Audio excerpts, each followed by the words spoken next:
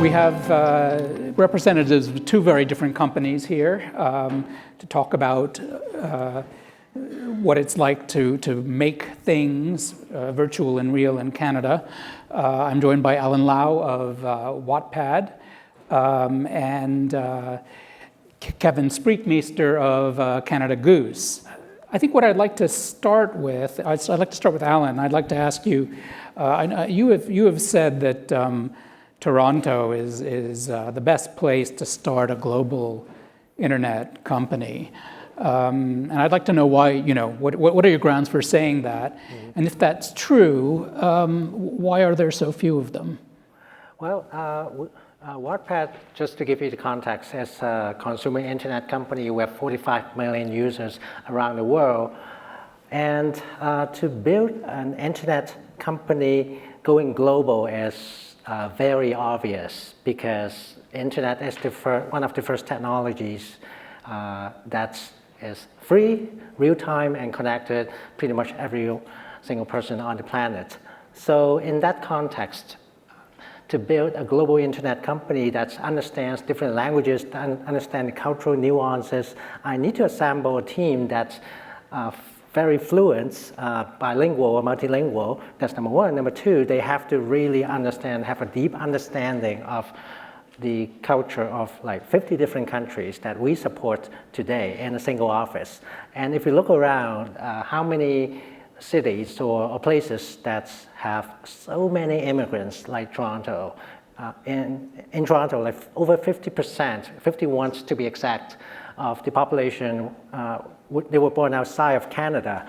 And in my office, pretty much every single one can speak at least 2 languages. And that's super helpful in building this company. Right. And to the second part of the question, why do you think there aren't more Wattpads? Yep. I think we are seeing more. We just have to be a little bit more patient. Perhaps in 10 years, I'm very, very confident. We are Toronto, or broadly speaking, Canada. We are going to produce the next Facebook, the next Google. You just have not heard of them before. Okay. Well, I'll get back to diversity and immigration in a couple of minutes. But I wanted to ask Kevin, would you be equally complimentary about Canada as a place to do business, and would it be for the same reasons? Is it the multicultural aspect of Canada that benefits you, or is it something else? Yeah, absolutely. The multicultural aspect of Canada certainly plays into some of our success. We believe we are surrounded by the populations that we deal with globally already, so we're well rehearsed and well practiced as we enter other markets. We also have a diverse workforce, but I think what's important for us as it relates to Canada is brand Canada. And if I can take you back a little while, our CEO was in Germany many years ago when we were just a small parka company trying to sell to a trade. And he had never had this response from Canadians about what it meant to sell a Canada Goose parka. It was the Europeans who understood us first as an authentic brand. They were the ones who got the imagery, the iconography of Canada and sort of bought into what we could be. That was the spark. That was what he brought back to Canada, understanding that there's a value in staying authentic and a value in embracing this country that allowed us to move forward. So the basis of yours, or one of the bases of yours, I'm sure it has to do with product and quality and as well, but one of the bases is your Canadianness and the market's appreciation of that fact. My understanding is that the textile industry in Canada in general has been sort of decimated over the years. So does the success of a company like yours represent any kind of a renaissance in that industry, or are we really talking about an isolated case of a company, and there may be a few others, but of companies that can really benefit from Canada as a location and a brand and a culture and a concept, but that doesn't mean it's the ideal place to make a garden variety down jacket? Yeah, we believe that we have played a part in the Renaissance, not just in Canada, but globally. We believe there's a movement to made where you're born or made here, wherever here is. You're starting to see companies like New Balance in the United States mark some of their premium shoes with little tags saying made in the USA. And you're seeing more Canadian companies now reinvesting and coming back to Canada. There is a premium that the consumer will pay for a product that's made at home because they believe there's a craftsmanship and a quality, and you're creating jobs at home, and it's good for the economy. So we believe we've been at the front of that, and we see it just growing. And are you seeing a real revival of garment manufacturing in this country? Yes, we are. It's a generalized thing. Alan, on diversity and immigration, am I right in thinking that if you come to university in Canada, you'll graduate, you'll get a visa to stay 2 years, but that the large majority of people who come in go back home after that, partly because they can't, stay longer. Is that the case, and is that a problem? And should that change? I don't have access to the numbers or statistics to confirm that. But if you look at me, sample size of 1, I studied university here, and I stay here ever since. And I have many friends they did the same. So definitely it is possible, and there are people who would go back home. But I've also seen people coming back after going back home as well. So I don't think it's very. I don't think we can generalize it, but what I can say is we have some of the best schools, engineering schools or schools in general in the world. And if you ask Silicon Valley companies, what is the #1 school that they want to recruit from? It's not MIT, it's not Stanford, it's actually University of Waterloo right here. And so I think what we need to do is just provide even more opportunities. The next Facebook, the next Google that we just talked about, if we have those opportunities at multiple levels, not only at the startup levels, which we have thousands of startups here, but also huge internet company at scale, then people will stay. Do you think the sort of relative underdevelopment of venture capital in this country, has that been a problem for your company? Is it a problem for companies like yours? It was definitely a problem 10 years ago. That's why you haven't seen the next Facebook or Google here. But that problem slowly is going away. There are multiple venture funds in Canada to invest in companies at different, from seed stage to growth stage companies. We're starting to see that change that happened maybe 5 to 10 years ago, starting to see the result of that. Shopify is the best example, and I'm sure that's first of many that will go IPO. So I'm very, very optimistic about the future. Kevin, as a manufacturer, you're obviously it's a huge advantage. You couldn't be Canada Goose if you weren't in Canada. But what aspects of doing business in Canada would you like to see improved in order to make production and employment easier? For us, it's really about access to the workforce and training of people to do jobs that have disappeared here in Canada for many years.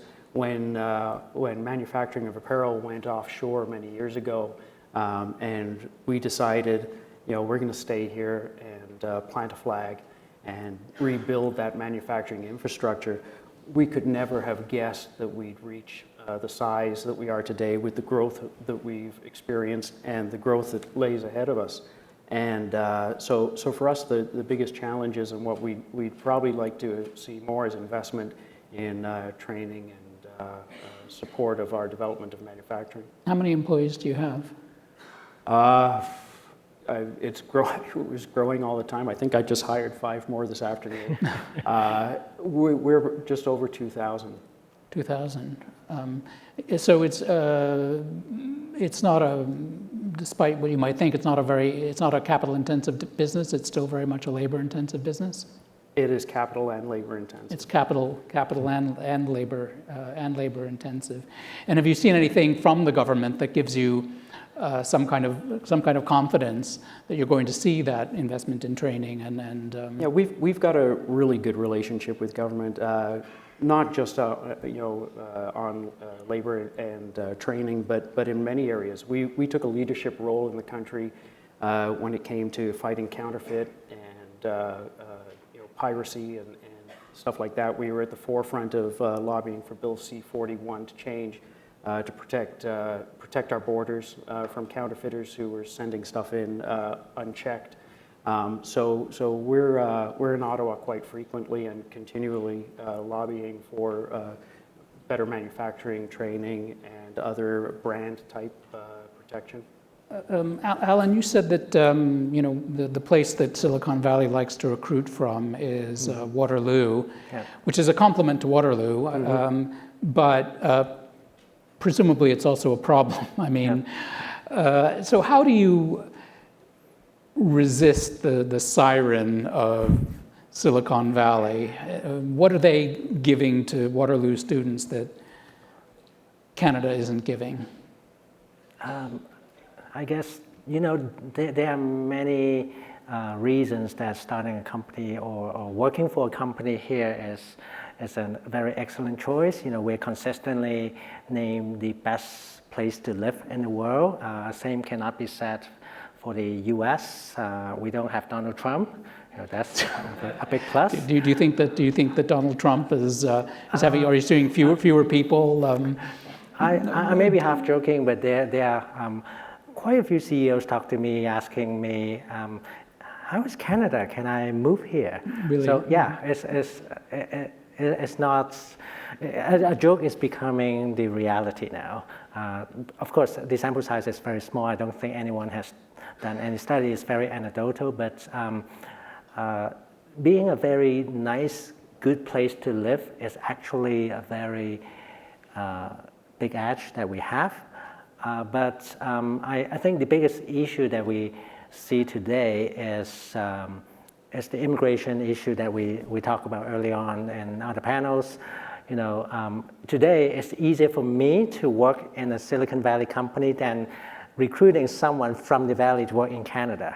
I can go to the Valley and work for Google tomorrow. Really? No. Pretty easily. Why is that? Part of that is the immigration policy was designed for the resource economy, right? In that context, a Canadian job lost to a foreigner is a job lost. But in the innovation economy, it doesn't quite work this way. To give you an example, there's one company called Figure One. They are also another pretty prominent Toronto startup. They want to recruit someone from the US. They waited months and months, and they just couldn't get the visa. And at the end, guess where that person is? She's based in New York, and the company is building a team around her now. So what if we could bring in that person in 2 weeks, a professional visa to bring that person in? That team would have been in Toronto, right? It's not a difficult issue to resolve. There are many places like London in the UK. Going to work there is very easy. I can almost go there and work tomorrow, right? So what you're saying, I mean, is that despite Canada's kind of famous openness to immigrants, and despite the Prime Minister sitting in that very chair saying, we're unique in welcoming immigrants, there's a kind of a bureaucratic hurdle. Is it a bureaucratic hurdle or a policy hurdle? It's policy, the process, bureaucratic, a bit of that as well. But I want to frame the problem differently. Canada is very welcoming to immigrants. Otherwise I wouldn't be sitting here talking to you, right? But the context here is a very special class of people, like the senior VP at Facebook, VP at Amazon. There are maybe only 10,000 people like that in the world. And that type of talent, if we can bring them in, we are not losing any jobs to Canadians. Those type of people, they can create hundreds, thousands of jobs, thousands of startups. Right. So you're talking about so what you need is a specific way to bring in these kind of very high-powered, high-level. That's right. That's right. Those people, they have choices. They can go to work anywhere they want. We should not artificially set up barriers to prevent them from entering. You know, they are not criminals. We don't have to do criminal checks. Well, so you almost need a new category. That's right. You almost That's need right. a new category of That's right. of immigrant to do that. Kevin, I'm sort of aware that I'm jumping between two very different worlds. Although, I mean, obviously, human capital is very important to you. I also wanted to ask whether the Canadian dollar is important to you. Have you greatly benefited from the devaluation? Yeah, we have. We have some very smart financial people who, that's really not my world, but we have some good financial people who have hedged well and set pricing well. And you know, while the Canadian dollar's been down, we've done well with it. I wanted to ask both of you, the first time I heard sort of the notion of brand Canada and its importance to the country was under the prime ministership of Stephen Harper, and the person who was making this point to me felt that during his premiership that brand had been damaged. You probably don't want to talk about politics, but I'd be curious to know from both of you whether you think the new government, with the sort of new openness to immigrants and to refugees and to new substances that you can take, whether these things are helpful to Brand Canada, and is that helpful to your business? I'll start with you, Alan. You know, when we talk to other people outside of Canada or the US, if I want to generalize, people were surprised that Wattpad, we are a Canadian company, and that's actually a good thing, not a bad thing, because it's not a Me Too thing. You know, it's people would see us as more stand out or more jump out, and Canadian is known to be very nice, and for our company, we built a community for 45 million storytellers and audience, and we built a very nice and positive community. And the Canada brand is working really, really well for us because there's an implicit niceness, friendliness built into our brand. So we are not shy of, you know, telling people we are based in Canada. If you go to our website or using our app, you know, Canada is left, right, and center. Kevin? Yeah, for you know, it's hard for us not to be involved with Brand Canada when it's in your name. It's worked really well for many, many years. Canada is so popular and so positively thought of globally, and I think with the new government, it's just been getting better. We are sort of intrinsically linked with that brand. You know, we think of ourselves as our CEO likes to say that, you know, if you're going to buy a watch, you want it from Switzerland, and if you're going to buy a Land Rover, it's got to come from England. And we want to get to the point where, and we're almost there, where if you're going to get a jacket, it has to come from Canada. And so those two brands, our branding and the brand of Canada, are very, very tied together. I think we're getting to the point where I'm going to invite anyone who would like to ask a question, and do remember you can ask questions by apps. But while I'm waiting for an opportunity to take the first question, I wanted to ask Alan quickly. I mean, the government spends a great deal of money on innovation and R&D. Business doesn't spend a huge amount of money on R&D. What do you think? Why do you think business doesn't spend huge amounts of money on R&D? And do you think government money is well spent? I mean, are you a beneficiary from it, and do you think it's helped you? I think we have to look at this from a historical context. are still primarily a resource-based economy based on liquid from the ground. So perhaps that's why the country has not been investing as much in innovation, tech, internet-related technologies. But I would also say in the past 10 years, the government has been increasing the funding in venture capital and other areas to encourage investment in technologies. So one of the reasons why we are seeing a resurgence of venture capital in Canada, part of that is because the government has been doing a lot of work behind the scenes. So as I said, I'm very optimistic, but it's not an on-off switch. It's not like we start investing today, tomorrow, going to see the next Facebook here. We need a bit more time. But I think in 10 years' time, we will see the results. I do have a question from the app, and that is, which I think I'll put to both of you. What's your advice to new companies heading overseas? And by heading overseas, I assume that means not relocating, but marketing your goods and services. I think there are two things that in our experience have worked well for us. One is finding local expertise to help us enter markets, make sure that we understand culture, and the other thing is staying true to your story and building an authentic brand promise and something that is understandable and relatable to the consumer in those markets. Yeah, I kind of touched on this point already, so I'll keep it short. In my company, I have international manager for Turkey, international manager for Spanish countries, and they're all based here, and they understand the cultural nuances. So for companies that want to do business overseas, take advantage of that. We have the people here to help you. You don't have to open up an office right away, overseas right away.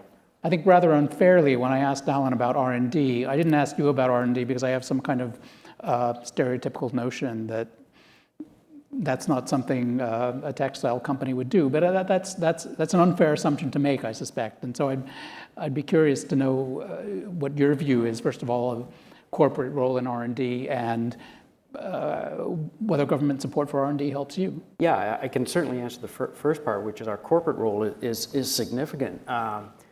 We spend a lot of time looking at different fabrications. We make the warmest jackets on the planet. We also now make some of the finest rainwear and lighter weight down and some stuff for all different climates and weather protection. So in terms of R&D, we spend a ton of time trying to improve our down blends, trying to change the fabrications to make them breathable or not breathable or work with different down. How do we seam seal? How do we blend down with soft shell or not? So the guys spend a ton of time on that. The second part of the question I'm less involved with. Okay, I have one question here, which means I'm very slightly going to go over the time. So I'm going to ask you guys to answer it very briefly. And that question is there a downside to Brand Canada? Alan? Yes. I think to answer your question, I think there are more upside and downside. I want to frame it that way. But the downside is we are not known to be bold and assertive. And sometimes your business partners, people you talk to, would assume that you are not aggressive, you're not assertive, you're not bold enough. And that stereotyping is damaging. And I would like to be one of the first to change that stereotype. We are very bold, we are very assertive, but we are also nice people, and those two can coexist. Yeah, I understand what you're saying. Our experience has not been that perception has impeded us in any way. We'd like you, more companies to be more bold and aggressive and just do business globally with the mindset as if you were coming from the United States or anywhere else. We can do it civilly, but to be aggressive on a global stage, we're all for that. Okay, well that seems like a very, very good note to end on. So I'd like you to thank, please, Alan Lau and Kevin Spruikens. Thank you very, very much.